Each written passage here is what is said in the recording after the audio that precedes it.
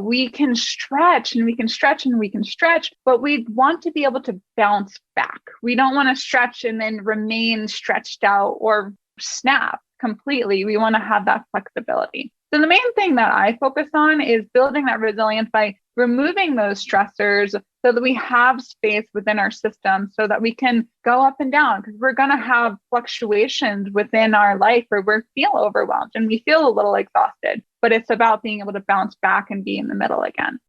Do you want to wake up feeling like you're stepping into who you're meant to be, into the best possible version of you? What if I told you that the key to your best life, health, and happiness are all around you? You just have to find what works for you. I'm Hope Pedraza, and I believe that there isn't just one way to live a healthy and meaningful life, and that all you need is a little inspiration to make changes that last from the inside out. Each week, I'll be sharing tangible tips and inspirational interviews to help you on your journey. These are the steps to take to improve your life and live with purpose. This is Hopeful and Wholesome. Hello, friends. Welcome back to the Hopeful and Wholesome podcast. And today I have on the show Sunn Mixon. And Sunn is a functional medicine health coach. She's a certified herbalist and a Master Reiki Practitioner. And really, she is all about helping women really take control of their stress response and really just befriend their stress response, get back their energy, and helping them become more resilient. And that's really what we talk about today. We're talking all about the nervous system and how our nervous system can get out of whack, what parts of our body are affected, and then really how to calm your nervous system and how to create a resilient nervous system and one that helps you really master your energy and take control of your energy and where your energy goes. A lot of really tangible takeaways in this episode. Let's jump in. All right, y'all, let's jump in. I'm here today with Sunn, and she is a functional medicine health coach, a certified herbalist, and she's a Reiki practitioner. And we are talking all today about the stress response and kind of dealing with your nervous system and energy. I feel like this is such a hot topic right now. I just keep seeing more and more things about it and people trying to learn how to regulate their nervous system and, regulate their energy and all of that. So I'm really excited for Sunn to share all of her insights on that today. So thanks so much for joining me today. Yeah, thank you so much for having me. I'm really excited too. Yeah, me too. So let's kind of start from, the first thing I want to ask is to kind of set the stage for people, because you talk a lot about fighting burnout and stuff in the body. Can you just kind of give kind of a textbook definition of what burnout is? Because I think a lot of people, we hear it a lot. It's kind of a buzzword right now, I feel like, but I don't know if people really know what that means or if they're really experiencing it, Yeah. So the way that I think of burnout is there's many different stages. It's kind of a progressive thing that you can go through. So you can start off with burnout just with the, having a little bit of fatigue, having that low motivation and just feeling disconnected from your work. And I mostly work with entrepreneurs. So I usually am talking about what we do in our business, but this really goes for anyone and anything that you're working towards in any way that you want to create an impact or a life for yourself. So there's that lower level of I'm feeling disconnected. I'm feeling kind of meh. I'm feeling blah. I don't have as much energy. I don't have as much inspiration. And then you can go all the way to the scale of something that a lot of people call adrenal fatigue, which is really just HPA axis dysfunction, which is a dysfunction within your body and the way that your body is creating energy. And that is complete total burnout, in my opinion. So again, there's this range and the scale of where you can be on the burnout spectrum. But mainly what I would say burnout is it's a disconnection of what you desire, what inspires you, what motivates you, that leaves you feeling depleted, that leaves you feeling exhausted, drained, and low energy.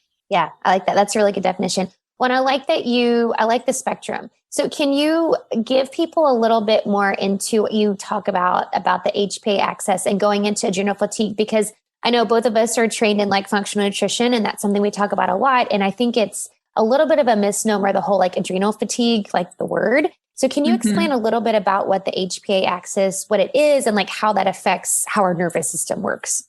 Yeah. So the HPA axis stands for the hypothalamus pituitary adrenal axis, which is just a bunch of fancy words for a bunch of glands within our bodies that talk to each other and have pathways between each other. So the main purpose of the HPA axis is really to keep us safe. It's part of our stress response. So you can think of it, the most basic way that I like to explain it is when we think about Paleolithic times, when we were fighting against bears and mountain lions and we had to fend for survival, and danger was a really real and serious thing in our evolution. That was what kept us alive, the HPA axis. So it is that stress response that sees danger and it identifies danger, and it creates a reaction within our body that then creates cortisol and adrenaline from our adrenals, which are, adrenals are a buzzword, but not a lot of people know exactly what they are. Mm-hmm. They're these little glands on the top of our kidneys that produce, again, those stress response hormones. They also help us with energy. So again, when we're in that danger response, it releases cortisol and adrenaline to help us get away quickly from whatever is going on. We go into fight or flight, and we either fight off this danger, or we run away. However, the problem is that in today's culture, we're not fighting off tigers and bears and mountain lions. We don't have acute stressors anymore in that way that are presenting real dangers. They're perceived dangers. So it's that, to-do list that we have to do, or that email from our boss that sounds kind of like they're upset with us, or that hard conversation that we have to have with a friend, that are causing the stress response to happen. And our body responds the same exact way to those perceived dangers and stressors as it would to the really real dangers and mortal peril kind of stressors. So the HPA axis, again, is just there to keep us safe. And it produces cortisol, it produces adrenaline for us to get out of whatever the situation is. Again, the problem is that we aren't actually in those dangers anymore. So we have these chronic stressors, and our body just gets into this reaction of constantly producing adrenaline and cortisol.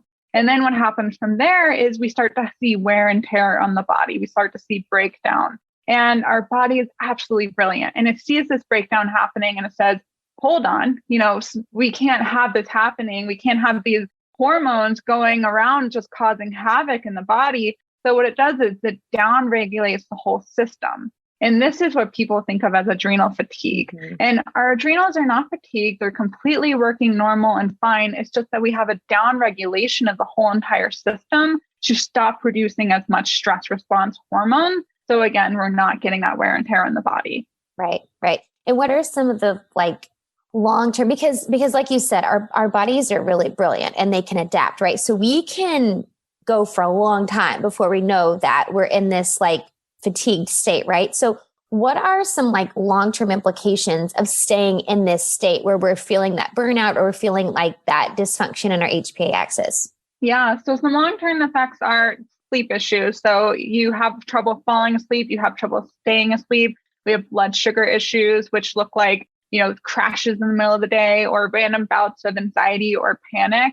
There's hormonal dysfunction. So things, hormones are have lots of different parts in our body, lots of different, roles in our body. But hormones such as our sex hormones, our stress hormones, our insulin, our hunger hormones. And then we also see digestive issues, not being able to digest your food, getting reflux, having IBS, IBD. So there's lots of different things that can start happening when the body just really starts to become imbalanced. And the main reason that happens is that when we're in that stress state, the last thing our body is thinking about doing is having proper reproductive organs, mm-hmm. or digesting our food, or going to sleep. It's thinking we need to get out of this danger, even though that danger isn't that kind of life or death situation that it used to be. Right. Yeah.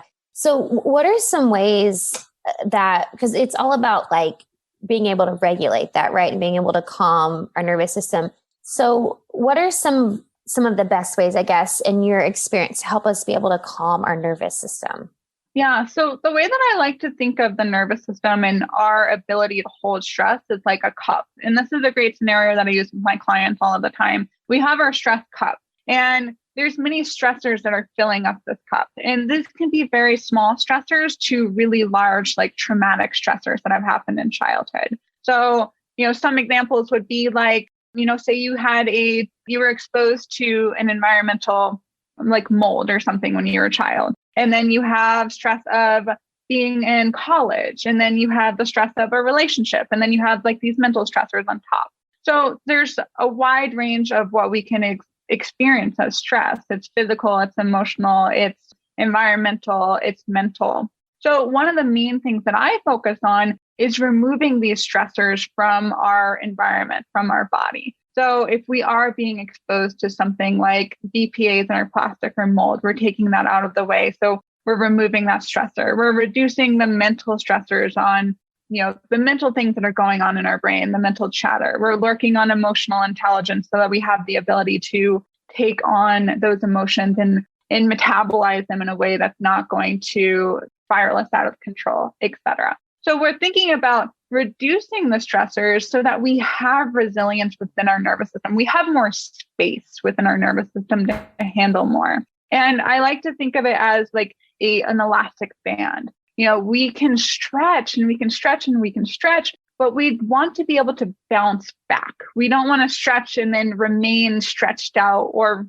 snap completely. We want to have that flexibility. Right. So the main thing that I focus on is building that resilience by removing those stressors so that we have space within our system so that we can go up and down, because we're going to have fluctuations within our life where we feel overwhelmed and we feel a little exhausted, but it's about being able to bounce back and be in the middle again. Yeah. No, I like that. Well, and I like what you said about the emotional intelligence piece, because I think a lot of times, because I get this with my clients too, people think of stress as just like situational stress or like physical stress, but like there's different things that can trigger those like emotional stressors, right? So what are some things, I don't know if you have like tips or strategies or anything that you help your clients with, but for that emotional intelligence piece to be able to use to help regulate our nervous system in that way?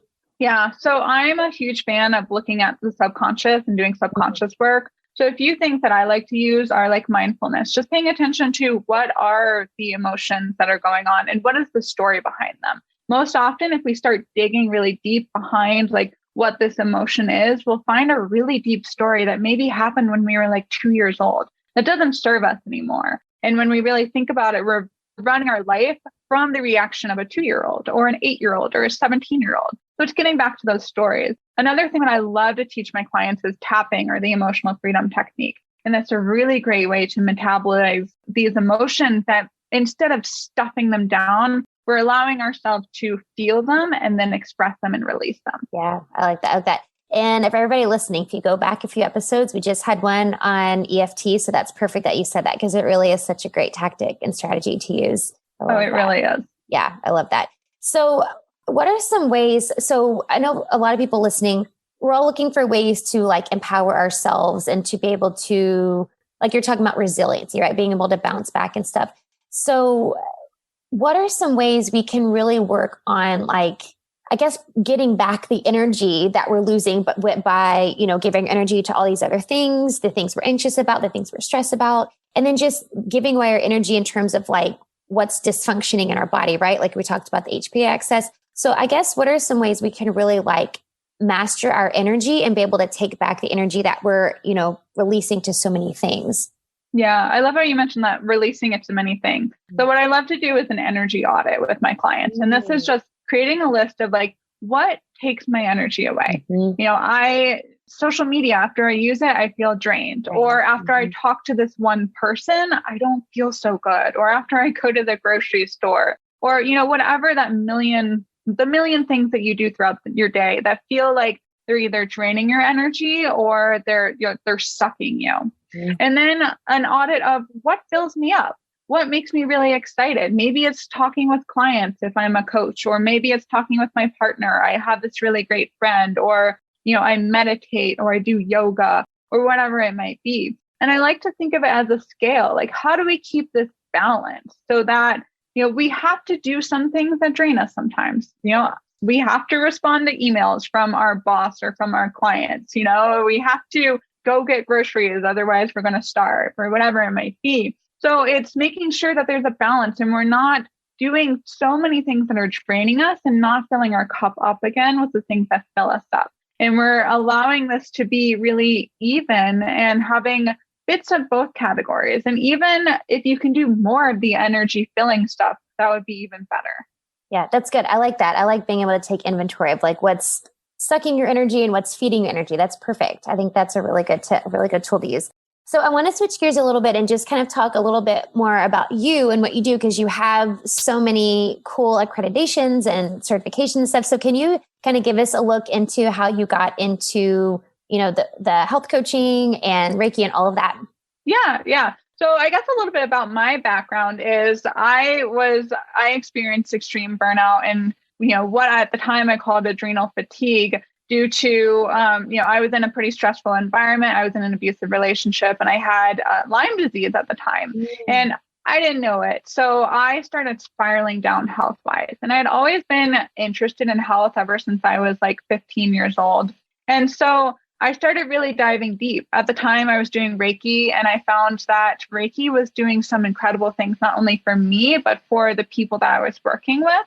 And so I started having this curiosity and what other ways can we fill ourselves up? What other ways can we benefit our health and feel our best self? Because I knew that at one time I felt amazing. And then at that time, I did not feel good at all. And I wanted to get back to that. So it started to build this curiosity within me. And I also noticed that a lot of people have had a lot of issues going on around me. And even now, you can look at someone and assume like this person, they show up great and they act amazing and they look like they have a lot of energy. But even then, they might be having something going on in the background. So it seemed like everyone in my life had something health-wise happening. So I started studying herbalism, and then I ended up studying functional medicine from Dr. Aviva Ram. And it's just been something that I've been constantly curious about. And now I've been really getting into the subconscious work and really looking at like, how does our subconscious and our brain affect the way that our body works? Mm-hmm. So that was really like how I got into it. And again, I had experienced that extreme burnout to the point where I couldn't get out of bed sometimes. My cortisol was completely out of whack. Mm-hmm. And having been able to come out of that and heal myself and now do what I do in the world was a complete transformation and wake up in my mind, and really drove me to want to share that with people because, if you're burnt out, you can't create the impact that you want to in the world. And if you can't do that, you can't create a ripple effect. And without you doing what you do in the world, we're all losing something because of that. Yeah. No, I love that. Well, it's a true testament of all of the work you put into healing yourself from so many different levels, like not just the physical level, but like you're talking, like going into the subconscious and, the mental and emotional level. Like it requires, I think it's important for people listening to understand that like healing isn't like, it's not linear, and it's so much deeper than that. I feel like we forget that a lot of times, because I get that too. I get women who come to me and they've got all these symptoms, but there's so many other deeper things going on than just, your headaches or your psoriasis or whatever, Right. Really. And it's a huge circle. We like to kind of compartmentalize things. Like, here's my health over here, and here's my mental health here, and here's my relationships, and here's my career, and, here's my hobbies.